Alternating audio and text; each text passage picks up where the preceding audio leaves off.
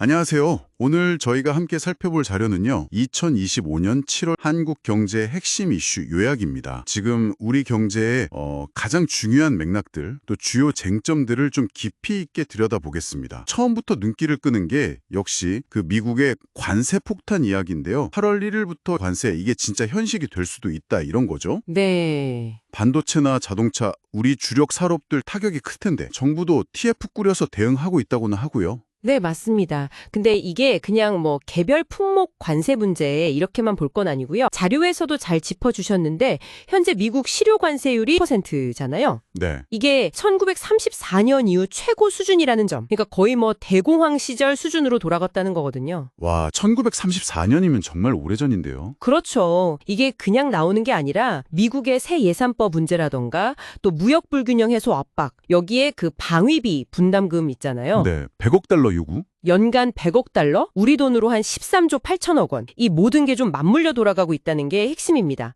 그러니까 미국이 경제 정책을 가지고 동맹 관계나 국제 질서 자체에 좀 변화를 주려는 거 아니냐, 이런 시각이 있는 거죠. 그런 큰 그림에서 봐야 하는군요. 그런데 이런 외부 압박도 큰데 우리 내부 상황도 좀 만만치가 않잖아요. 그렇죠. 자료 보니까 한국은행이 오늘 기준금리를 동결할 것 같다. 0%로요. 아무래도 가계부채 때문이겠죠. 네, 그게 제일 큰 이유로 꼽히죠. 집값도 다시 좀 오르는 것 같고 주택 관련 대출도 늘고 있으니까 일단은 안정적으로 가는 것 같은데, 근데 또 재밌는 건 전문가들은 하반기, 그러니까 3분기부터는 금리 인하 시작해서 연말에는 2.0%까지도 본다는 거예요. 네, 맞아요. 금리를 묶어야 할 이유랑 내려야 할 이유가 지금 막 같이 있는 셈인데, 심지어 1분기는 마이너스 성장 아니었습니까? 네, 그랬죠. 경기 침체 우려도 나오는데 이 서로 다른 신호들, 이 긴장감을 어떻게 봐야 할까요? 바로 그 지점입니다. 그게 지금 한국 경제가 처한 좀 복잡한 상황, 딜레마를 딱 보여주는 거죠. 딜레마요? 네. 그러니까 마이너스 성장은 경기 하방 압력이고 미국의 관세 위협은 외부 충격이고, 이건 금리를 내려야 할 요인인데 또 안에서는 가계부채라는 금융 안정 문제가 있으니 금리를 올리거나 꺾어두어라 하고. 양쪽에서 압박이 오는 거네요. 그렇죠. 이런 다층적인 어려움 속에서 KDI, 그러니까 한국개발연구원이 AI 융합 전략을 강조하는 걸 좀 눈여겨볼 필요가 있습니다. AI 융합 전략이요? 네, 이게 단순히 뭐 신기술 도입하자 이런 차원을 넘어서요. 현재의 위기를 좀 돌파하고 미래 성장 동력 과정 확보하려는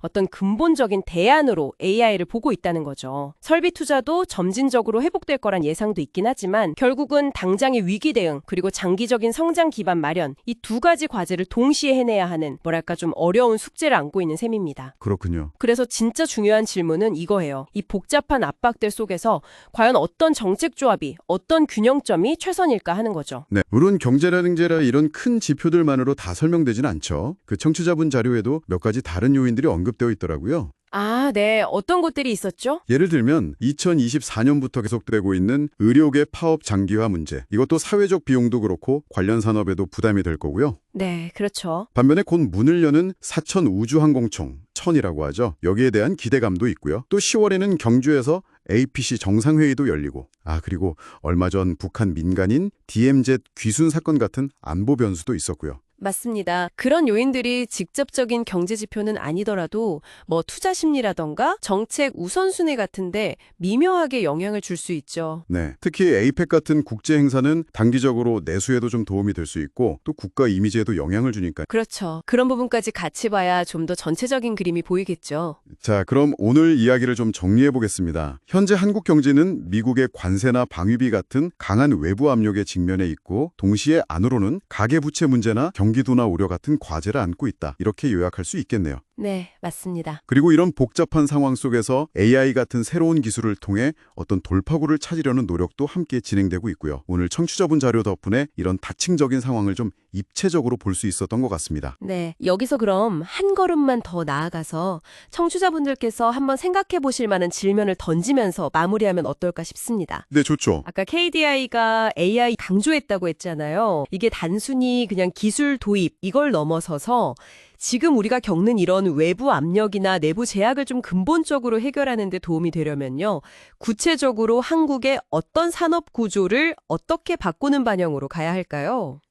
근본적인 산업구조 재편 방향이군요. 네. 그러니까 기술을 발판으로 삼되 외부 충격에는 좀 덜 흔들리고 내부적으로는 더 탄탄한 경제 구조. 이걸 만들기 위한 구체적인 그림은 뭘지 한번 고민해 보시면 좋겠다는 생각이 듭니다. 이게 앞으로 계속 주목해야 할 지점이 아닐까 싶어요. 네, 정말 중요한 질문인 것 같습니다. 오늘 한국 경제의 주요 현안들에 대해 이렇게 깊이 있는 이야기 나눌 수 있어서 유익했습니다. 함께 해주셔서 감사합니다. 네, 감사합니다. 저희는 다음에 또 흥미로운 주제로 찾아뵙겠습니다.